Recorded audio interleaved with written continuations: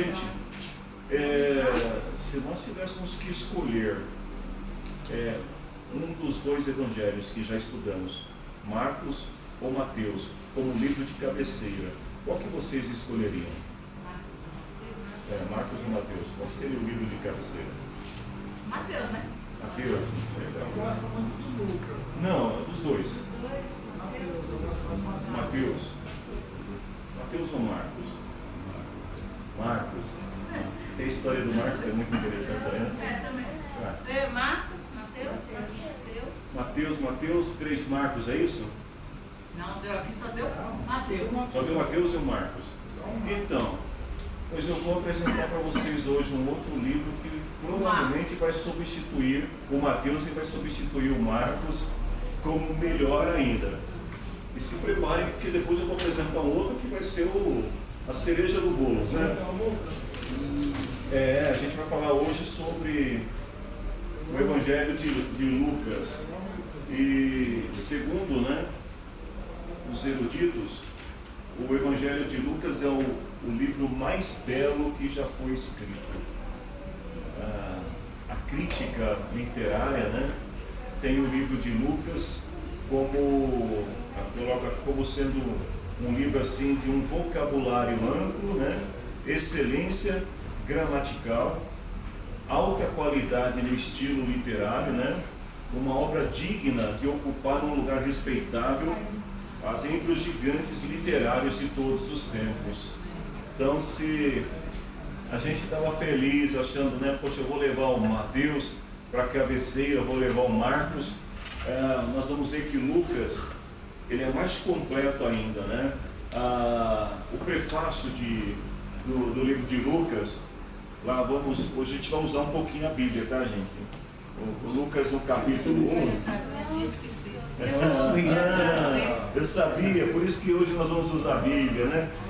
Mas fiquem tranquilo que não é nada assim demais. É só para a gente ler aqui, olha, essa apresentação que Lucas faz entre o verso 1 até o verso 4 do capítulo 1 é chamado de uma perfeita joia da arte grega. Ou seja, para os literários, né, a forma como ele escreve, olha, prezado Teófilo, muitas pessoas, né, seria legal, eu vou pegar na língua corrigida, porque aí nessas horas, quanto mais antiga, né, a linguagem, mais clássica ela fica e dá uma forma muito melhor ainda. Deixa eu ver aqui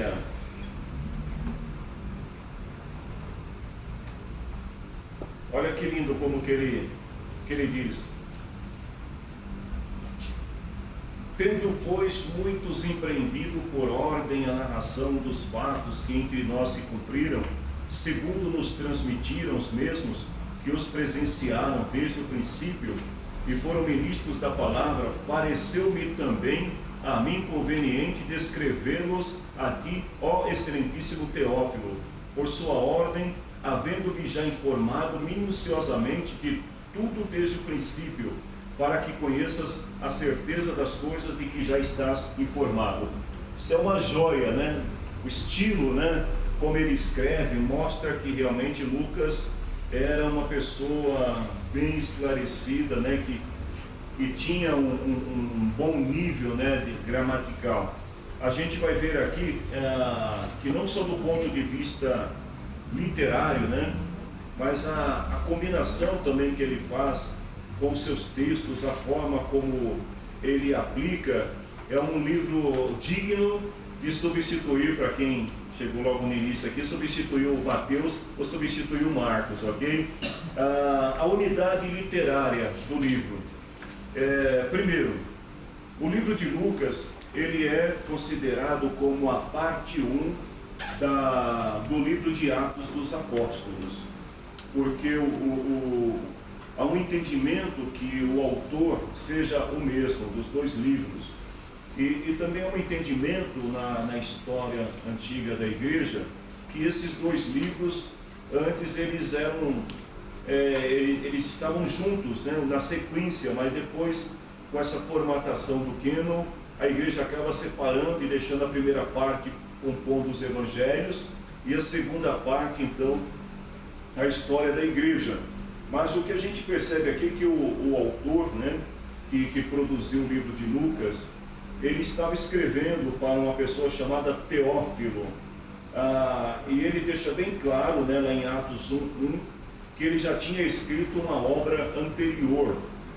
Nós vamos ver até que há quem diga, né, alguns estudiosos, que Lucas escreveu um outro livro também que é citado na sua obra, que é o Evangelho de Acaia.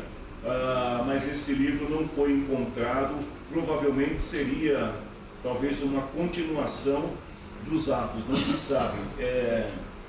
Mas o que a gente também vai ver é que o primeiro volume, que é o livro de Lucas, ele fala sobre o princípio de como tudo aconteceu. Vamos voltar um pouquinho na história e lembrar que o movimento cristão estava crescendo, o movimento cristão agora estava saindo de dentro do movimento judaico, né? Ou seja, já tinha alcançado o mundo gentil, haviam conflitos ali entre os cristãos gentílicos e os cristãos judeus por conta da cultura, do costume. E ele vai falar um pouco sobre essa história, como que tudo aconteceu, a origem. Então o primeiro volume da sua obra é exatamente isso, é a origem, onde ele vai falar um pouco mais sobre a pessoa de Cristo. O segundo volume da obra, ele vai falar sobre o surgimento e o desenvolvimento ou o progresso da igreja, como é que a igreja, né, os discípulos que eram seguidores de Jesus, se portaram após a morte de Jesus e a sua ascensão, e daí ele traça a história da igreja no seu início, né, o desenvolvimento da igreja. E é interessante lembrar sempre que a história de Atos, ela não se encerrou, ela continua até hoje. Então, às vezes a gente encontra alguns irmãos, né, que falam assim, mas lá em Atos não tem isso escrito, né? Principalmente quando se fala de estrutura eclesial da igreja, né? Há muito ainda desse preconceito de dizer assim, mas em Atos não tinha pastora, né? Em Atos não tinha isso, não tinha aquilo, como se a história da igreja se resumisse, ou se restringisse ao livro de Atos. Na verdade, Atos é apenas o início, vamos dizer assim, como tudo começou, mas não é toda a história da igreja, até porque o Atos continua sendo escrito, né? O ato dos apóstolos, dos discípulos, dos pastores, dos evangelistas, da igreja de Cristo como um todo, ainda continua sendo escrito em nossos dias. É por isso que a gente tem um monte de livros, de obras escritas aí contando testemunhos, histórias dos reformadores, né? Dos avivalistas que houveram na história, e tantas outras histórias aí, são atos, né, de pessoas que entregaram a sua vida a Cristo para servir a um propósito. Os dois livros, Lucas e Atos, então relatam os dois estágios do cristianismo. A primeira parte do cristianismo, nós vamos ver se cumprindo na vida de Jesus, o seu nascimento, a sua obra, né, durante o período que ele esteve na terra, a sua morte e também a sua ressurreição. Por isso chamado de Evangelho, Boas Novas, a boa notícia. O outro vai falar da missão e da expansão da igreja. Agora, há quem diga até que foi uma pena que a igreja primitiva tenha separado os dois livros, porque se os dois livros estivessem juntos, né, na sequência, seria muito importante, né, porque seria até mais fácil para as pessoas que leem a Bíblia entender melhor a história, desde o nascimento de Cristo, né, ao surgimento da igreja, a descida do Espírito Santo. Aliás, está aí um desafio legal para nós, de ler o livro de Lucas e sequencialmente ler Atos. Pular João, né? E depois vocês vão entender por que pular João. Mas ler Lucas e depois ler Atos. Não há muitas dúvidas em relação à autoria do livro. Já no a partir do 4º, 5º século, começam a surgir algumas teses que colocam em dúvida a autoria de Lucas, né, como sendo o escritor dos 2 livros aí, por causa do final de Atos, que provavelmente não foi Lucas que escreveu mesmo, talvez alguém finalizando o livro ali tenha concluído a obra para ele. Mas independente disso, né, a grande maioria há de concordar que foi Lucas. E algumas informações que a gente tem, por exemplo, 1 Timóteo 4,11, onde Lucas é citado como companheiro de Paulo, ou seja, era alguém que estava presente ali, que estava acompanhando de perto a história, a trajetória de Paulo e escrevendo a história da igreja. Em Colossenses 4,14 também, Paulo cita Lucas como sendo seu médico amado, o médico que cuidava da saúde de Paulo.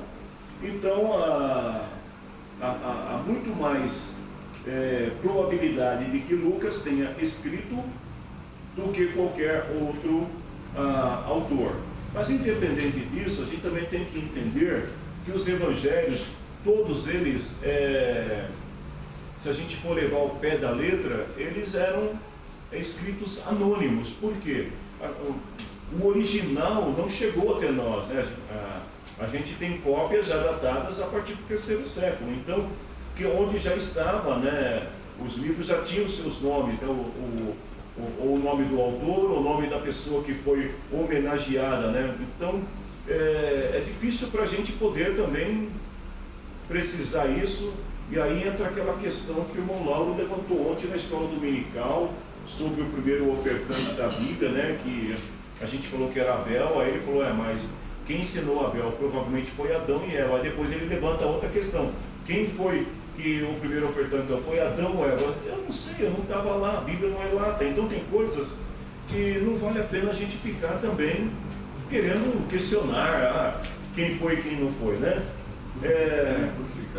O que a gente tem acerca do autor é que apenas no prefácio de cada livro é que a gente tem uma indicação do perfil do autor, não do nome do autor. Porque tanto Atos 1 quanto Lucas 1 começa a carta direcionada a Teófilo. Então ali a gente tem o perfil, era alguém que era conhecido de Teófilo, que tem um estilo literário, né, muito específico para a época, que estava escrevendo. Outra tese de sustentação de que Lucas tenha sido o autor é o fato justamente dele ter sido o médico de Paulo, que acompanhou Paulo nas suas viagens. Lucas não viu o Senhor em carne ou na carne, né? Lucas não teve esse privilégio, mas ele tem uma preocupação, até por ser uma pessoa que tinha uma formação, né, mais acentuada do que outros cristãos da época. Então ele teve essa preocupação de ler, de estudar, de pesquisar. Era uma época onde, como a gente falou aqui, os pais da igreja estavam morrendo, surgiu a necessidade de escrever a história deles, e aí vão surgir um monte de escritos contando a história de Jesus, e desse monte de escritos, né, estava lá Lucas também. Outra coisa que a gente vai ver também interessante, não sei se alguém se lembra quando eu falei do Evangelho de Marcião, alguém se lembra aqui? Que ele é considerado como um herege pela igreja do 1º século, né? Mas por que ele é considerado herege? Porque ele decide constituir a sua própria igreja, né? Até parece que isso não acontece hoje, né? Ele decidiu constituir a sua igreja, ele decidiu constituir a sua base doutrinária, né? Vamos chamar assim de o seu cânon, né? Então ele vai escolher uma seleção de livros e cartas de Paulo também que ele entende que deveriam compor esse cânon, outras ele vai tirar fora, vai recusá-la, e o único dos evangelhos que o Marcião inclui na sua obra é o Evangelho de Lucas. Então, por conta disso, tem até aqui um dado interessante, é que na obra de Marcião, assim, aí na época em que ele coloca, que ele cria o seu queno, então um conselho, vamos dizer assim, da igreja também se reúne e eles decidem escrever um outro livro para combater as doutrinas de Marcião. E o evangelho deles vai chamar, o livro é um prólogo antimarcionista ao evangelho. E dentro dessa obra que foi escrita por vários autores, eles vão citar lá o livro de Lucas. Várias vezes eles vão citar que Lucas tinha escrito esse evangelho, tinha escrito Atos, e também vão citar a obra que eu falei para vocês, o Evangelho de Acaia, que também foi escrito por Lucas, mas que nunca foi encontrado. Quem era Lucas? Alguém se arrisca aqui a dizer quem era Lucas? Médico amigo de Paulo. Médico amigo de Paulo. Mas qual a sua origem? De onde ele veio? Quem era esse homem, né? Esse personagem? Segundo, então, essa própria obra, né, que ela foi importante, ela foi escrita para combater o que eles chamavam de herege, né, Marcião, e a sua doutrina, mas foi uma obra que acabou se tornando importante porque ela cita alguns dados históricos acerca de Lucas. Por exemplo, ela diz que Lucas era um sírio da Antioquia, médico por profissão, discípulo dos apóstolos, não especificamente de Paulo, né?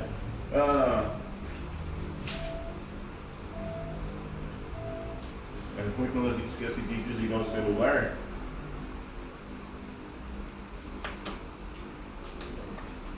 Então, ele foi discípulo também dos apóstolos e posteriormente ele segue Paulo nas suas viagens missionárias.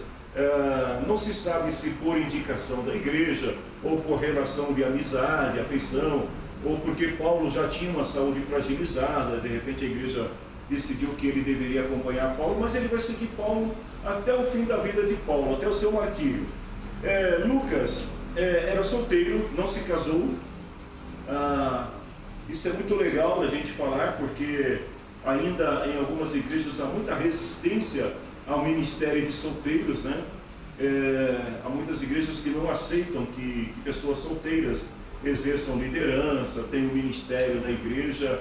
Aqui em São Paulo talvez não tanto, né? Pelo menos aqui na grande São Paulo, mas vocês viajarem por esse interior, o Brasil afora, ainda é muito difícil da igreja aceitar uma pessoa solteira.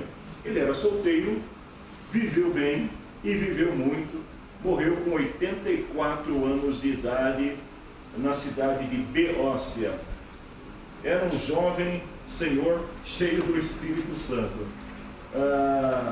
Ainda nessa mesma obra, fala que Lucas também era responsável então pelo Evangelho, aliás, pelo Ato dos Apóstolos, né, a história dos apóstolos, e também pelo livro O Evangelho em Acaia, que nunca foi encontrado. Então, esse documento ele é muito importante porque ele prova que Lucas ele fez parte da primeira geração de cristãos, embora não tenha conhecido a Cristo, né, fisicamente, mas ele é um daqueles gentios que foi alcançado pelo Evangelho e que teve essa preocupação de conhecer o Evangelho para poder até mesmo sustentar a sua fé e a fé de outros também. Quando é que Lucas foi escrito? Se a gente partir do pressuposto que Lucas ele usou como base para os seus registros o livro de Marcos, então Lucas foi escrito depois de Marcos. Se Marcos foi escrito até 65 por ali, né? Provavelmente Marcos foi escrito naquele período da perseguição já de Nero contra os cristãos, 65. Então Lucas teria sido escrito depois dessa época.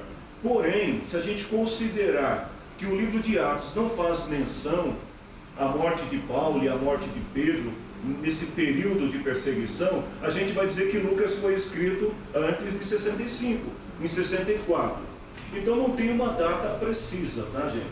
Vamos dizer que foi escrito ali entre 64, talvez um pouquinho antes de Nero incendiar Roma, ou talvez um pouquinho depois, ou pode até ser que como ele estava noutra região, e a informação não chegava na velocidade de hoje, pode ser que Nero já tenha colocado fogo em Roma. Nessa época a perseguição aos cristãos tenha desencadeado, mas que a informação não chegou a tempo para Lucas poder transcrever essa parte da história da igreja que não está registrada no livro de Atos. Outra coisa também importante que a gente pode ver aqui de Lucas, assim, em relação aí, voltando à questão do Evangelho de Acaia, que é um escrito que nunca foi encontrado para confirmar a sua veracidade, pode até ser que Lucas ele tenha escrito isso num terceiro volume, numa terceira obra que não chegou a se tornar conhecido ou se perdeu com o tempo. As fontes que Lucas usa, como a gente já falou, além do Evangelho de Marcos, Lucas também vai usar outras fontes, e ele deixa isso muito claro nos seus escritos, que ele faz uma pesquisa minuciosa acerca da vida de Jesus, e ele decide então escrever de uma forma mais ordenada, né? Até porque, como a gente viu aqui, os dois primeiros evangelhos, eles não têm uma ordem literária, né? As coisas são escritas um pouco fora de ordem, não estou falando nem de ordem cronológica, mas ordem às vezes de sentido. Está falando um assunto aqui, daqui a pouco eles mudavam para outro assunto que não tinha nada a ver, não ligavam, né, os textos, os assuntos uns aos outros. Lucas vai ter essa preocupação, mas ele não identifica quais são esses outros documentos que ele usou, se foi pesquisa de campo, conversando com os cristãos históricos, se foi lendo outros artigos. Então a gente não sabe exatamente quais foram, mas uma coisa é certa, Lucas usou vários registros e outras fontes para escrever o seu livro. Algumas das passagens que a gente vai ver em Lucas que não tem paralelo com os outros evangelhos, só para a gente ver que a fonte de Lucas, né, ela é mais extensa do que dos outros. Por exemplo, olha a coisa importante que ele fala, mais ou menos a data do início do ministério de João Batista, coisa que os outros não se preocuparam de fazer isso. Ele conta a história desde o início, então ele fala, olha, se não me engano agora era Pilatos, já estava há 15 anos no governo quando apareceu João Batista. Então ele começa a contar toda a história, está lá no capítulo 3 de Lucas, versículo 1 e versículo 2. Ele também, diferente dos outros evangelhos, ele vai falar exatamente a idade que Jesus começou o seu ministério terreno. Ele fala aproximadamente com 30 anos de idade. Então ele deixa um registro de quando Jesus começou o seu ministério. Ele vai contar outros detalhes, tipo a chamada de Pedro, a ressurreição lá do filho da viúva de Naim. Ele vai dar muita ênfase às mulheres que serviram a Jesus. Aliás, esse é um detalhe que a gente vai falar adiante. Algumas histórias, como a do rico e Lázaro, não é contada nos outros evangelhos, então somente Lucas conta essa história. O que mais? A oração do fariseu e do publicano também, que ele vai falar. Jesus chorando sobre Jerusalém também, são algumas citações que ele faz que não tem nos outros evangelhos. Junto com isso, nós vamos ver também em relação à Via Crucis de Jesus, a caminhada de Jesus até a cruz. Alguns detalhes que somente Lucas faz questão de mencionar. Por exemplo, as palavras de Jesus na última Santa Ceia. Então Lucas ele descreve com detalhes, com riqueza de detalhes, como foi que se deu a última ceia. Quando Jesus está perante Herodes também, ele vai citar a narração dos fatos. As mulheres no caminho para o Gólgota, as palavras do ladrão na cruz, o Jesus a caminho de Emaús, a aparição de Jesus aos 11 e também a ascensão de Jesus, são detalhes que nós vamos encontrar em Lucas, com muito mais riqueza de detalhes do que nos outros evangelhos. Aí, diante de tudo isso, a gente fica imaginando, se não tivesse o livro de Lucas na Bíblia, se fossem só os evangelhos, quantos detalhes importantes da vida de Jesus, né, da obra de Jesus, que teriam se perdido.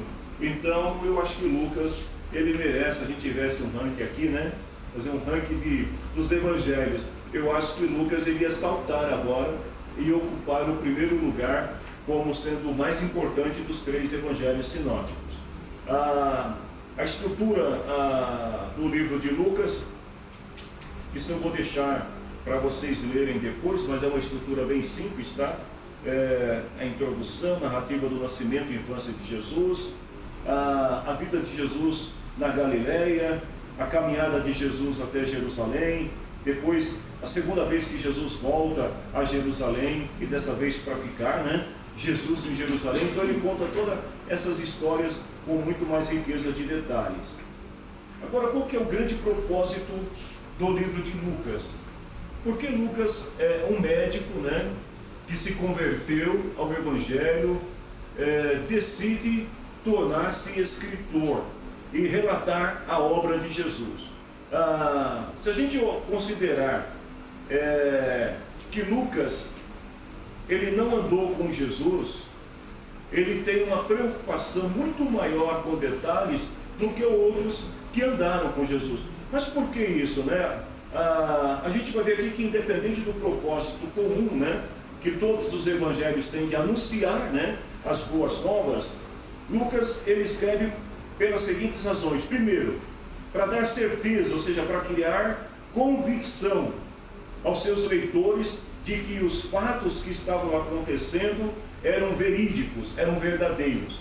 Por isso que ele começa lá em Lucas 1,4, quando ele está escrevendo para Teófilo, ele fala assim: para que conheças plenamente a verdade das coisas em que fostes instruído. Ou seja, Teófilo provavelmente era alguém que estava sendo discipulado por algum cristão, por algum dos apóstolos, e Lucas, ele então escreve para Teófilo e fala: olha, o que eu vou narrar para você é baseado em testemunho de pessoas que viram, que ouviram ou que conhecem alguém acerca de Jesus, e é para criar o que? Convicção. Em Atos 1:1 ele também diz assim: acerca de tudo quanto Jesus começou a fazer e ensinar. Então o primeiro propósito do livro de Lucas é criar uma convicção, né? Uma certeza de que aquilo era verdade. Por isso que Lucas tem essa preocupação literária em escrever detalhes, o que os outros não tiveram. Lucas ele quis deixar bem claro que a sua fé nesse Cristo, ela estava alicerçada, né, vamos dizer assim, em bases sólidas. Não era uma lenda, não era uma história qualquer, mas era algo que realmente estava acontecendo naquele tempo. Segundo, além da questão da convicção, Lucas também ele quer fazer um relato mais ordenado das coisas. Todos nós conhecemos pessoas que têm dificuldades em relatar fatos, né? Provavelmente na família ou no círculo de amizade, às vezes até dentro da igreja, né? A gente conhece pessoas que às vezes vão contar um fato e a pessoa se enrola tudo. Ela começa pelo meio, depois ela vai para o começo, depois ela vai para o fim, às vezes ela começa de trás para frente e você, calma, pera aí, volta tudo de novo, né? Assim, então Lucas, é isso que ele está fazendo. Olha, vamos fazer uma coisa mais ordenada para esclarecer, porque quem vai ler, o público que vai ler a carta de Lucas, né, o livro de Lucas, é um público que não tem familiaridade com as profecias acerca do Messias. É um público que não conhece o Antigo Testamento. Mas há também uma outra parte do público que são judeus cristãos que ainda estão em dúvida se Jesus é o Messias. Então ele precisa, de alguma forma, linkar o Antigo Testamento, as profecias, ao Cristo ressurreto, mas de uma forma que o leigo, que eram os gentios, que não conheciam nada das Escrituras, pudessem compreender, e os judeus também pudessem entender e aceitar que aquele fato era verdade. Então, a expressão em ordem aqui não significa exatamente colocar todos os fatos em ordem cronológica. Não é esse o propósito dele. Nós vamos ver que ele vai criar uma estrutura no seu livro, onde em alguns momentos ele vai falar sobre a mulher, ele vai falar sobre as crianças, ele vai falar sobre a pessoa, o ser individual, ele vai falar sobre o coletivo, ele vai falar sobre os religiosos da época, mas ele precisa colocar isso de uma forma bem clara e didática que todo mundo consiga ler e entender. Quem aqui já leu os 4 evangelhos, pelo menos uma vez? Alguns já leram. Vocês já perceberam que o evangelho de Lucas é o mais simples, assim, mais fácil de ler, embora ele seja tem uma linguagem assim mais clássica, né? Mas ele é muito mais rico em detalhes do que os outros. Às vezes a gente lê uma passagem em Marcos, né? Ou em Mateus, e aí tem algumas Bíblias que vem lá, né? Essa passagem encontra-se também em Lucas. O que a gente faz? A gente vai para Lucas. E aí você percebe que em Lucas o texto está mais detalhado, está mais claro para a gente entender. Então havia essa questão também, terceira razão, é exatamente o problema judaico-cristão. Lucas precisava, de alguma forma, deixar bem claro que os cristãos gentios não eram um novo movimento dentro do cristianismo. Os gentios faziam parte do mesmo movimento que começou em Jerusalém. Porque já estava vendo, aliás, isso acontece até hoje, né? Vamos imaginar uma igreja que sai de dentro de outra igreja, que depois sai de dentro da outra igreja, e daqui a pouco algumas culturas são diferentes, liturgias são diferentes. Então, os primeiros cristãos saem todo mundo de dentro do judaísmo. Até aí, beleza. Jerusalém, qual que foi o segundo lugar que Jesus falou que eles deveriam ir? Jerusalém, e depois na Judéia, né? Depois saía para Samaria e os confins da terra. Sair de Jerusalém para toda a Judéia estava em casa. Então, eles estavam falando de coisas que eram muito comum para eles. E não havia, por exemplo, aquela questão de se preocupar com usos e costumes, até porque a cultura judaica predomina, né? Mas de repente eles vão para Samaria. Aí em Samaria já havia uma certa divergência entre samaritanos e judeus. Então o evangelho começa a passar por uma transformação. Sai de Samaria, vai para o mundo dos gentios. E aí muda totalmente. E Lucas precisa estabelecer uma conexão entre todos esses grupos e mostrar que Jesus Cristo, ele veio para os judeus, ele veio para os samaritanos e veio também para os gentios. Então, olha a importância da obra de Lucas. Ele quer, na verdade, até tem um ponto aqui que eu escrevo.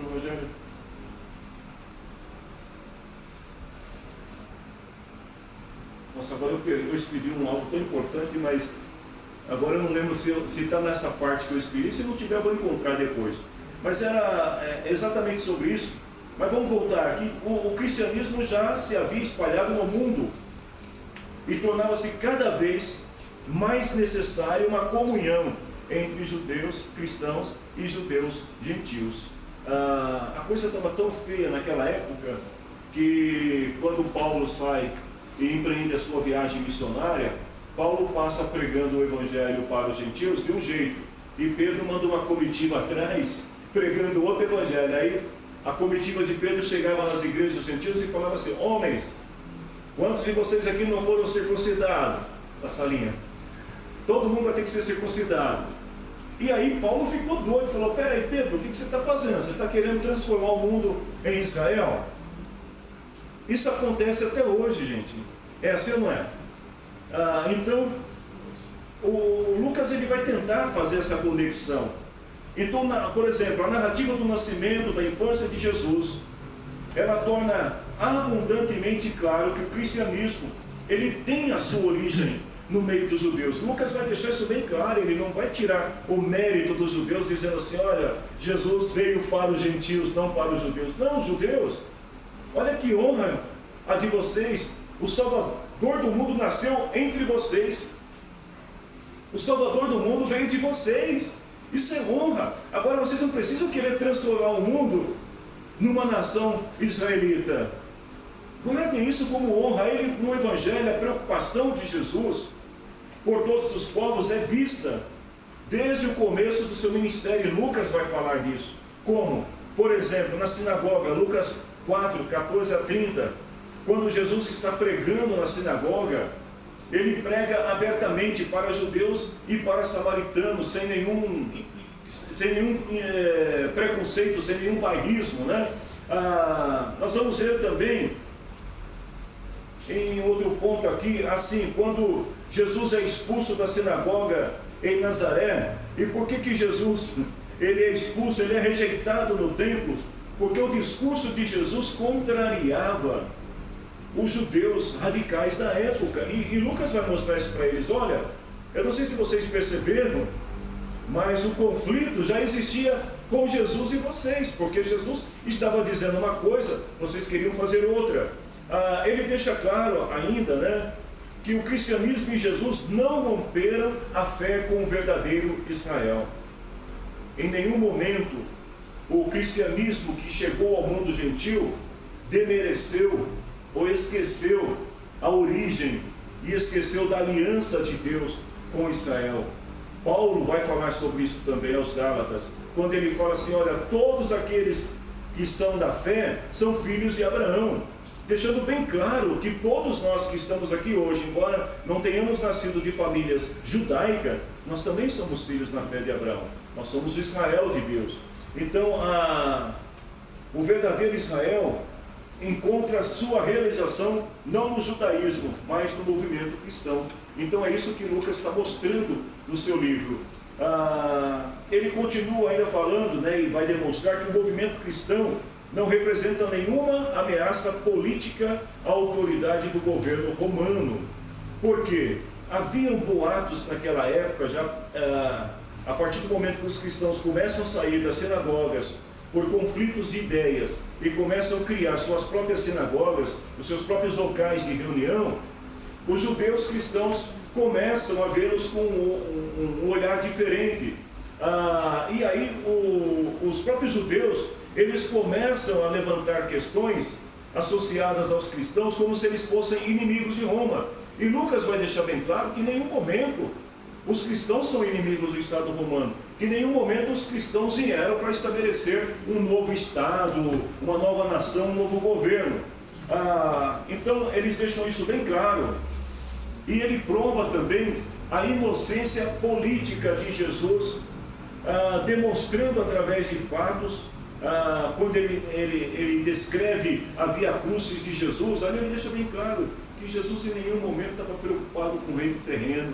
Jesus não queria tomar o governo de ninguém, Jesus não queria ser governador, não queria ser imperador. Nos dias atuais, Jesus não estava querendo ser presidente da república, não queria ser prefeito, nada disso. Jesus só queria estabelecer o seu reino, e o seu reino é um reino de paz, de aliança entre os homens pela paz. Lucas, ele também faz a ligação do ministério terreno de Jesus com o de João Batista. Então ele é o único dos evangelhos que tem essa preocupação de fazer esse link histórico também. Outra coisa também, ele vai deixar bem claro que a morte de Jesus, a condenação de Jesus, ela foi uma condenação equivocada, porque por 3 vezes Jesus é inocentado pelas autoridades romanas, e mesmo assim os judeus, eles incitam a multidão, eles provocam a multidão para que Jesus fosse condenado, embora fosse inocente. Gente, nada a ver com aquele cara que falou que ele também é o Jesus Cristo do século 21, tá? Vocês sabem quem é ele, né? Começa com L, isso para lá, né? Mas nada a ver. No caso de Jesus, Jesus realmente, Lucas vai provar que ele era inocente, mas que ele foi acusado indevidamente. E vai deixar bem claro que o movimento cristão é o verdadeiro Israel de Deus. Que quando Deus fala que, através dos profetas, que ia levantar um renovo, uma nova nação, um novo povo, esse povo não seria mais o Israel físico, mas agora o Israel espiritual, que é a igreja de Cristo. A última razão porque Lucas escreve o seu livro é o mesmo dos outros evangelhos, a demora da volta de Jesus. Os cristãos estavam numa expectativa tão grande. Aí eu fico imaginando, gente, porque tem uma outra coisa importante aqui que nós vamos falar, só me antecipando um pouquinho, que quando o cristianismo surgiu, o movimento cristão surgiu, ele não surgiu focado numa esperança apocalíptica de futuro. O Evangelho, o cristianismo, quando ele surge, era uma religião focada no presente. Os cristãos, os primeiros cristãos, eles não estavam esperando morrer e depois ressuscitar para estar com Cristo, como Paulo escreve lá aos Tessalonicenses. Não, eles imaginavam assim: Jesus foi, ele falou que vai voltar e vai ser rapidinho, daqui a pouco ele volta. Mas aí pensem comigo, já imaginaram se Jesus voltasse naquela época, que caos teria sido o mundo antigo? Porque no mundo inteiro, não só os judeus, agora os gentios, está todo mundo esperando Jesus voltar. Imagine se Jesus volta naquela época. Ele teria conseguido estabelecer o seu reino invisível na terra? Não teria. O reino seria totalmente físico, porque as pessoas ainda estavam os primeiros cristãos, e aí quando a gente for estudar Apocalipse, isso vai ficar mais claro, e a gente vai tirar. Apocalipse que aí a gente vai tirar todo mundo que tiver conhecimento. Mas aí é onde que a gente vai tirar, vai desmistificar essa neura, né, de futuro, porque o Apocalipse ele foi escrito com uma visão de presente para aquela época, e depois ele passa a ser visto como um livro, né, de revelação, né, de futuro. Mas quando eles estão escrevendo, aliás, quando João está escrevendo o Apocalipse, ele está escrevendo focado no presente, nas coisas que estavam acontecendo naquele momento. Então, todo o cristianismo do primeiro século, eu sei que isso para alguns pode parecer uma heresia que estou falando, gente, mas isso é história. Então, pelo amor de Deus, não me crucifiquem pelo que eu estou dizendo. Mas os primeiros cristãos, o foco deles era esse: Jesus vai voltar, nós vamos estabelecer um governo aqui, né? O reino de Cristo na terra. Mas de repente, alguns começam a entender que o que Jesus falou não era para aquele tempo. E aí Lucas, né? Aqui eu coloco o seguinte: um dos maiores problemas enfrentados pelos cristãos da segunda geração foi a aparente demora da volta de Jesus. Porque os primeiros começaram a morrer e Jesus não voltou naquela época como eles imaginavam. Então a parousia, né, que parousia significa manifestação de Jesus, não aconteceu naquela época, e por causa disso alguns estavam duvidando das palavras de Jesus e dos apóstolos. A gente vai ver isso lá em 2 Pedro 3:4. Na verdade, eles queriam a volta de Jesus não pela salvação, mas porque eles eram escravos, eles eram pobres de tudo, não tinham que comer, e Jesus pregava que no reino dele eles não passariam fome, eles não, entre aspas, não teriam mais que ser escravos, trabalhar, então eles queriam isso daí dele. Por isso que eles queriam que ele voltasse, para dar isso para eles. Aliás, esse é o pensamento que tem dominado a teologia do século XXI. Eu não vou citar nomes aqui, né? Mas tenham cuidado, né? Assim, quando vocês ouvirem até certos pregadores de internet, porque alguns eles estão trazendo essa mesma ideia, esse mesmo conceito para hoje, que na verdade o Evangelho é para agora, para o presente. Não existe eternidade, não existe paraíso, não existe inferno. Então isso é uma coisa que está acontecendo hoje. Talvez tem alguns que pregam sem saber, e tem uns que pregam sabendo, mas esse evangelho do imediatismo, tudo para hoje e para agora, é exatamente esse conceito que estava predominando a segunda geração de cristãos. Tanto que lá em Pedro fala assim, que eles estavam perguntando: aonde está a promessa da sua vinda? Nossos pais morreram, os céus continuam iguais, não aconteceu nada de diferente, né? E aí Pedro começa a explicar, porque a revelação fora dada, mas os discípulos ainda não estavam entendendo a palavra de Jesus. Quando ele fala, eu vou e voltarei, aí alguém pergunta para ele, mas quando você volta? Aquele dia e hora ninguém sabe, nem os anjos do céu, nem o Filho, mas somente o Pai. Então ele deixa bem claro que não era uma parousia, uma manifestação imediata, né? Ou próxima daqueles dias, mas é algo que poderia demorar. Mas aqueles primeiros cristãos, eles tinham opiniões erradas, contrárias, e aí Lucas escreve numa tentativa de dar uma interpretação acurada das palavras do Senhor antes da consumação. Ou seja, Lucas ele procura mostrar para aqueles irmãos que tudo aquilo que Jesus falou de fato é verdade, mas só que as pessoas, por serem simples, aliás, né, é uma coisa que a gente também percebe até nos dias de hoje. Às vezes você prega uma mensagem e ela tem um contexto, mas dependendo de quem está ouvindo, a pessoa vai aplicá-la totalmente errado e depois ela vai entender errado o que foi dito. Você está ensinando para alguém, está falando uma coisa. Eu tenho um amigo, por exemplo, que o coração dele está do lado direito. Então, se você falar para ele assim, né, entra ali do lado direito, ele vai entrar à direita. Porque o coração, aliás, entra ali do lado do coração, quer dizer, né, ele vai entrar da direita, porque o coração dele está do lado direito.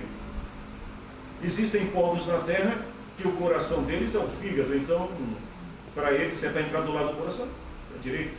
São exemplos toscos que eu estou citando, só para a gente entender que aquilo acontecia. A primeira geração eram de pessoas extremamente simples.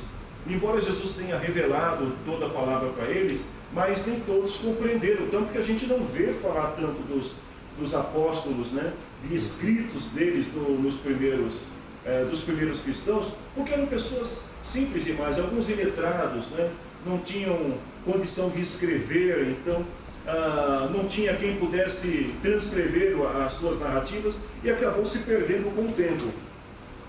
O terceiro livro, né, que é o de Lucas, ele tem algo em si que é especialmente atrativo, algumas características que o distinguem dos outros. Por exemplo, Lucas ele vai deixar bem claro no seu evangelho que Jesus é o Salvador de todas as pessoas. Lucas 19:10 é o tema central deste livro. Jesus, ou melhor, o Filho do Homem, veio buscar e salvar quem está perdido. Vocês sabiam que a palavra Salvador só aparece no livro de Lucas entre os 3 evangelhos sinóticos, Mateus, Marcos e Lucas?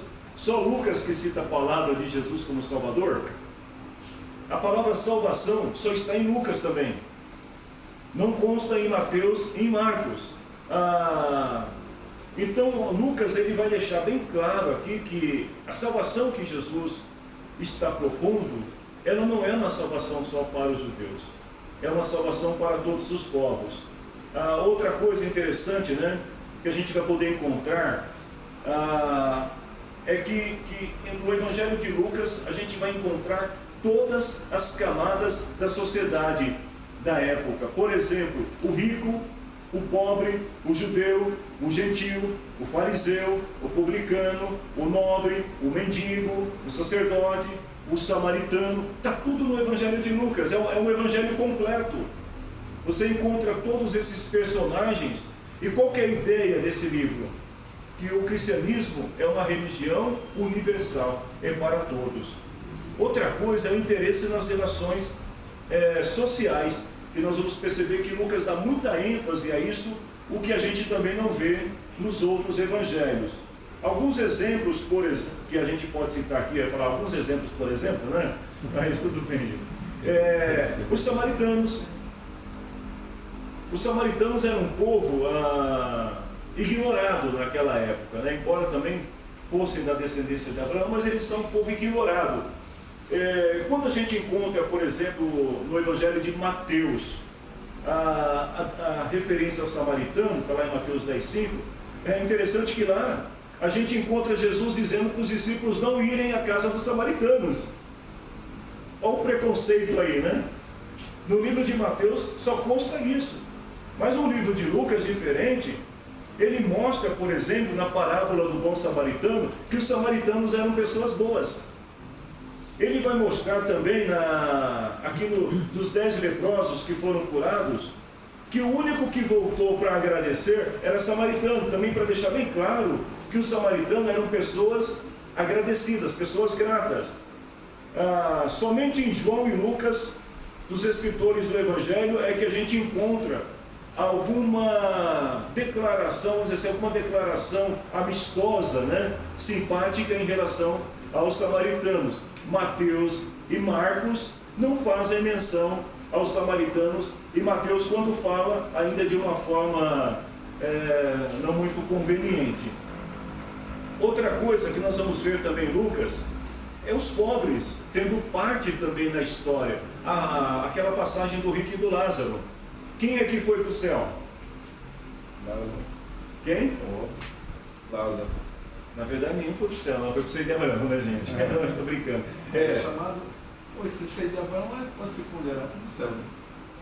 Exato. Vamos considerar que sim, né? Isso, vamos considerar que sim. Até porque depois, senão a gente vai entrar na. O rico fala, pai Abraão, molha o dedo aí para me colocar minha língua. Então, mas olha que interessante que Lucas, ele mostra que os pobres na escala social, embora eles fossem ignorados, né, pelos mais ricos, mas aos olhos de Deus, aos olhos de Jesus, eles tinham um lugar especial à sua mesa, para deixar bem claro que Jesus não faz acepção de pessoas. Então Lucas ele tem essa preocupação. Aquele caso também da viúva e da oferta, quem é que cita a passagem? É Lucas, onde Jesus elogia, porque a mulher naquela época já era vista como um objeto, né? Como uma propriedade do homem ou de alguém, né?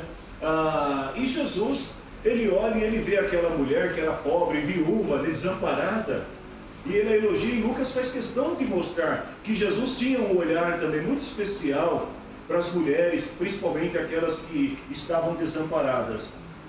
Nós vamos ver ainda o interesse de Jesus pelo indivíduo, caso acho que o exemplo que a gente pode citar aqui é do filho pródigo. O filho que faz tudo errado, que abandona a casa do pai, né? E depois sai por um caminho errado, e quando ele volta, o pai o recebe, demonstrando o amor que Deus tem pelo indivíduo, pela pessoa, e deixando bem claro, né, que, vamos dizer assim, que mesmo aquela pessoa que tenha cometido pecados, que tenha errado, ela pode se arrepender, que ela terá um lugar à mesa do Senhor. Sobre as mulheres ainda, nós vamos encontrar algumas expressões assim de simpatia, de compreensão à mulher. Lucas fala sobre a posição da mulher, personalidade, alguns exemplos. Maria, né, que ele vai citar, Isabel, Ana, a outra Maria, Marta, a viúva de Naim, a mulher pecadora que ungiu os pés de Jesus, as mulheres que sustentavam Jesus com os seus salários, com as suas rendas. Então, Lucas ele mostra, aliás, uma coisa que não era comum na história daquela época: a mulher sustentando o homem. E Lucas mostra e fala: não, olha, no reino de Deus, as mulheres têm o seu lugar de destaque. O próprio Cristo, olha que legal isso aqui, homens. O próprio Cristo foi alimentado pelas mulheres. Eu não sei por que os homens querem trabalhar, se Cristo, né, viveu. Estou brincando. Mas desculpa a brincadeira, gente. Mas é que, só para vocês entenderem, irmão, não é sério isso não. Mas só para entender que Lucas ele vai deixar bem claro o seguinte: olha, a mulher não é o que vocês estão dizendo. A Rosana está cansadinha, né, Rosana? Não, a mesa aqui está. Está quebrada. É que eu tomei remédio. Então, eu tô dormindo. Vai deixar bem claro que as mulheres elas têm lugar de destaque no reino de Jesus. Outra coisa é com relação ao Espírito Santo também. A gente vai ver que Lucas ele fala do Espírito Santo já presente no ministério terreno de Jesus, sobre o encontro da mãe de Jesus com a sua prima Isabel. Ele vai falar aqui sobre também os discípulos quando receberam o poder do Espírito Santo naquela missão dos 12 lá, dos 70. Então a todo momento ele vai estar mostrando que o Espírito Santo já estava atuando mesmo antes dele vir com grande poder, como aconteceu em Atos 2. Outra coisa que Lucas vai dar ênfase também é a oração. É interessante que Lucas é o evangelho que mais fala sobre oração. Ele cita várias passagens. Eu vou falar algumas para vocês aqui. Olha, a oração, por exemplo, de Jesus no batismo, depois em um outro dia de grande movimentação, quando Jesus pede aos discípulos que queria ter um lugar reservado para orar. na escolha dos 12, no Monte da Transfiguração, antes de falar aos discípulos sobre a sua morte, na oração de júbilo quando os 70 voltam da missão, antes de ensinar os discípulos como orar, no Getsemane, na cruz. Nós vamos encontrar exemplos de oração. O amigo que veio à meia-noite, lembra dessa passagem, né, que perturba o outro, falando sobre a perseverança da oração, a viúva insistente, o fariseu e o publicano. Então nós vamos encontrar a oração de Jesus em favor da sogra de Pedro, tudo aonde? Em Lucas. Lucas é o evangelho da oração. E outra coisa interessante que a gente vai ver também é a ênfase que Lucas dá a um Cristo alegre. Ele mostra um Cristo feliz, de bem com a vida, um Cristo que gostava de ir às festas, um Cristo que estava sempre alegre. E a gente percebe essas expressões, só alguns exemplos aqui, né? A expressão louvor, júbilo e felicidade. Tem várias referências em Lucas. Depois vocês copiam quando eu passar o material. A expressão como saltar de alegria, riso, regozijo. Os cânticos de Maria, né, que aliás vai dar origem depois ao canto Ave Maria. Está tudo em Lucas, sempre falando sobre alegria, regozijo. Então deixa bem claro que Jesus não era um sujeito sisudo, marrudo, de cara fechada. Jesus era um sujeito alegre, né? E com isso,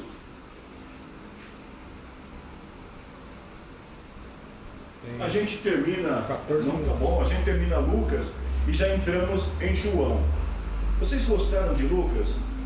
Vocês acham que Lucas... Acho que eu vou ler Lucas de novo, né? Em matéria, né, de aquisição, né, de conhecimento, Lucas é o melhor dos evangelhos. Então, lembrando que Lucas é a obra literária mais completa, mais bela entre os evangelhos. Porém, se a gente gostou de Lucas, gente, eu acho que vocês vão se apaixonar por João. E quem dirá de Jesus ainda, né? E quem dirá de Jesus ainda? Nossa, se tivesse, né, o Evangelho de Jesus, a pessoa ainda bem que não tem, senão o povo ia idolatrar, o povo ia comer as páginas da Bíblia, né? Se tivesse um Evangelho escrito pelo próprio Jesus. O Evangelho de João. Se Lucas é a mais bela obra literária da Bíblia, João é a mais sublime. É o composto mais acentuado ainda. E a gente vai ver isso porque, primeiro, duas qualidades importantes que João tem, que a gente não vê nos outros evangelhos: a devocional e a teológica. Nenhum outro livro da Bíblia, e eu creio que vocês vão convir comigo, levou tantas pessoas a Cristo como o Evangelho de João. Qual que é o tema central da Bíblia, gente? Alguém se lembra? João 3,16. João 3,16. Todo mundo se lembra, no princípio era o Verbo era Deus, o Verbo estava com Deus. Se aquela declaração de Lucas era bela, essa é sublime. Porque olha a riqueza com que ele escreve, né? Ele começa, no princípio era o Verbo. Lucas, ele fala do nascimento de Jesus, nascimento de João. Mateus fala da genealogia de Jesus. Mas João, ele vai lá no princípio, ele vai lá no Gênesis. Ele volta lá atrás e ele consegue, em 12 versículos. Vocês me permitem ler um pedacinho de João para vocês? Que é muito lindo. Ele permite, essa aqui é melhor. Em 12 versículos, ele coloca todo o plano de redenção da humanidade. Ele começa assim, né? No princípio era o Verbo estava com Deus e o Verbo era Deus. Gente, só essa expressão aqui, eu não sei se vocês já viram alguém pregando sobre esse versículo, mas é uma fonte inesgotável, né? Não cessa nunca. Aí a gente continua, aí ele vai falar, é interessante que ele vai lá atrás, ele vai no princípio, ele passa por Adão, ele passa por João. Lá no versículo 5 ele fala: houve um homem enviado de Deus cujo nome era João. E aí ele fala rapidamente de João, mas ele chega no versículo 9 e fala: ali estava a luz verdadeira que alumia todo homem que vem ao mundo.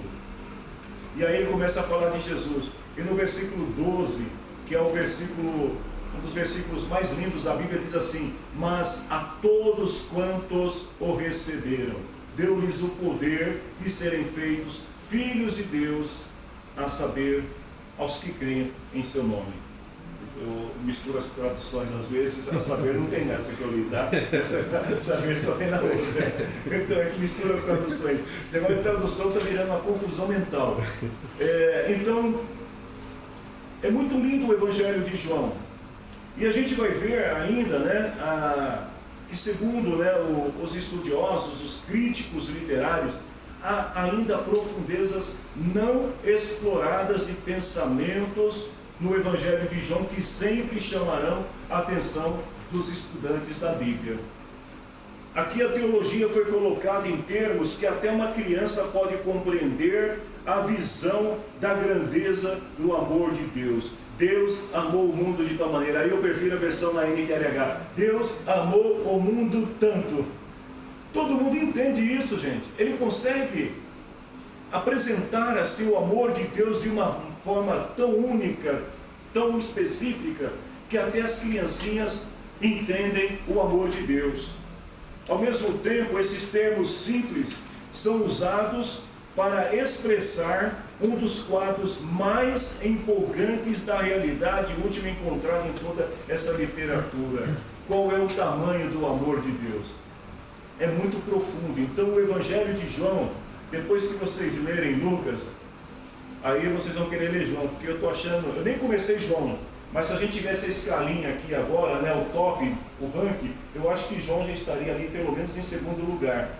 Mas vocês vão ver que ele merece ser o topo, porque é o evangelho mais completo de todos os evangelhos no que diz respeito à revelação do plano de Deus para a humanidade. Devido às suas qualidades devocionais e teológicas, mais do que os outros livros, né, ele é considerado o principal livro dentre os 4 evangelhos. Existem algumas diferenças entre João e os outros 3 evangelhos. E essas diferenças é que nós vamos estudar agora. Primeiro, os críticos tentaram ressaltar que Marcos, sendo o mais velho dos 4, é o mais digno de confiança. João, lembre-se que João era o mais novo, era o caçulinha do grupo dos discípulos de Jesus. E por isso, ele sendo o mais novo, ele é o mais interpretativo. Ou seja, Marcos, até pela idade que Marcos já tinha, né, maturidade, etc. Tal, Marcos ele consegue passar as coisas de uma forma assim mais compreensiva. Porém, João, de uma forma mais interpretativa. João, ele, por ser jovem, você pegar aqui, vamos pegar a Bia aqui, né, e pegar eu mesmo aqui, né, nós dois aqui, há uma distância de alguns anos que nos separam. Não é tantos assim não. É tantos assim, mas alguns anos. Então, se colocar a Bia aqui do meu lado para falar o mesmo assunto, ela vai ter uma linguagem totalmente diferente e talvez, mesmo que eu passe assim, as coisas de uma forma mais profunda, mas ela talvez passe de uma forma mais interpretativa. Não sei se deu para entender a linguagem. A minha linguagem talvez não alcance os mais jovens. A linguagem dela vai alcançar os mais jovens, vai alcançar os mais velhos. João, ele tem essa característica pelo fato de ele ser mais novo de todos eles. Outra coisa é que o João é visto como o evangelho da fé. Os estudiosos modernos estão demonstrando que Marcos, assim como os outros 2 evangelhos sinóticos, são mais teologia, enquanto João é um livro que ele traz uma interpretação histórica mais profunda. O 4º evangelho realmente apresenta as opiniões do autor, impressões teológicas, nós vamos ver isso. João está tão preocupado em relação a isso, mais do que qualquer outro escritor, e ele vai tentar de uma forma muito mais sucinta responder algumas questões que os outros não responderam. Exemplo, a passagem de Jesus e Nicodemos. Nicodemos embora fosse alguém que conhecia